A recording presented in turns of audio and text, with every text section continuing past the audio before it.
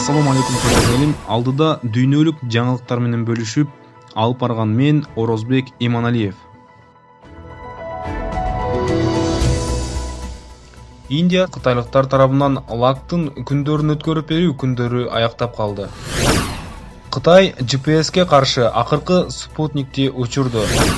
Коронавирус жуктургандар. Австралияда саны өсүп кетүү коркунучу барбы? Индия диний фестивалды коронавирустан учурлары көбөйгөн сайын чектелген деңгээлде өткөрүүгө мүмкүнчүлүк берилет. Азиядагы эң ири караңгылыкта коронавирус кандайча камтылган? Кыргызстанда коронавирустан бир адам көз жумду.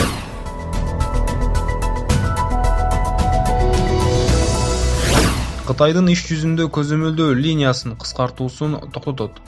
Индия эч кандай атышууну козгобойт, бирок кандайдыр бир кылмышка катуу жооп кайтарат деп билдирди улуттук борбордун чиновниктери. Эки тараптын сүйлөшүүлөрү аскердик деңгээлде уланып жаткан учурда Индия узак сапарларга даяр. Индия дагы Кытайдын агрессиясына жооп катары антияны көтөрдү. Индиянын Галван, Сот Спрингс, Коюл, Фукче, Мурго, Депсон жана Демчок шаарларындагы кытайлыктардын коркунучу бар. Ошондуктан аларды жайгаштырууну күчөтүштү. Кытай Бейдоу 3 навигациялык тутумунда акыркы спутникти ийгиликтүү орбитага койду жана космостогу ири держава катары өлкөнү алдыга жылдырды. Шейшемби күнү учурулган иш-чара Кытайга АКШнын өкмөттүк глобалдык жайгашкан жерди аныктоо тутумуна GPS ишенбөөгө мүмкүндүк берет. $10 миллиард фунт стерлинги 35 спутниктен турат жана глобалдык багыттоону камтыйт. Бул Пекин менен Вашингтондун ортосундагы коронавирус, соода жана Гонконгдогу чыңалуунун күчөшүнө байланыштуу болду. Австралия COVID-19 жайылышын басуудагы дүйнөлүк ийгилик катары бааланат. Бирок коркуу сезимин жоготту. Анткени тез арада жабылып, чек аралардын жабылышы жана саякатчылардын милдеттүү карантини Австралияда 7400дөн ашуун учур катталган. Бул көп мамлекеттерге караганда бир кыйла аз.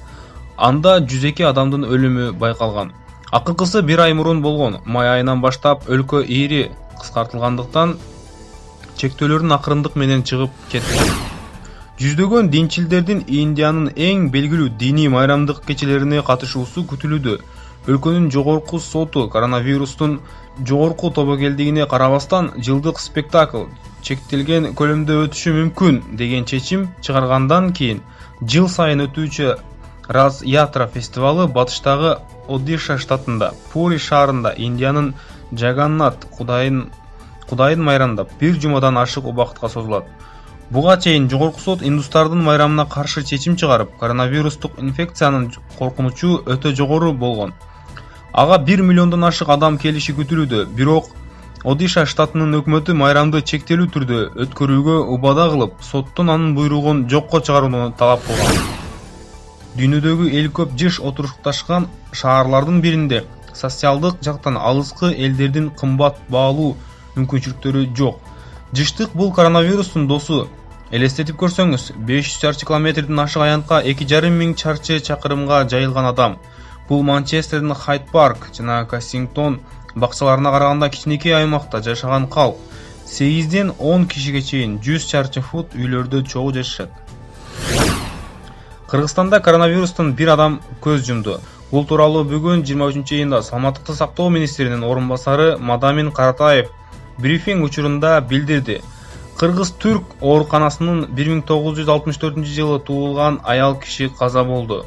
Каза болгондун жалпы саны 41ге жетти.